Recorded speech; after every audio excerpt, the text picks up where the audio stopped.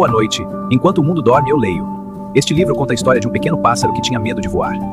Todas as noites ele olhava o céu e achava que não era capaz. Mas um dia, cansado de sonhar parado, ele abriu as asas mesmo tremendo. Caiu, tentou de novo e caiu outra vez. Até que percebeu algo importante. Voar não é nunca cair, é sempre levantar.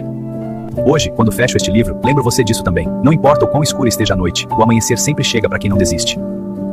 Olá, viajantes da noite! Eu sou a coruja mais antenada da floresta e vim te contar um segredo. No canal Mundo Criador tem vídeos incríveis de animais, curiosidades que você nunca viu e histórias que vão te deixar de olho bem aberto.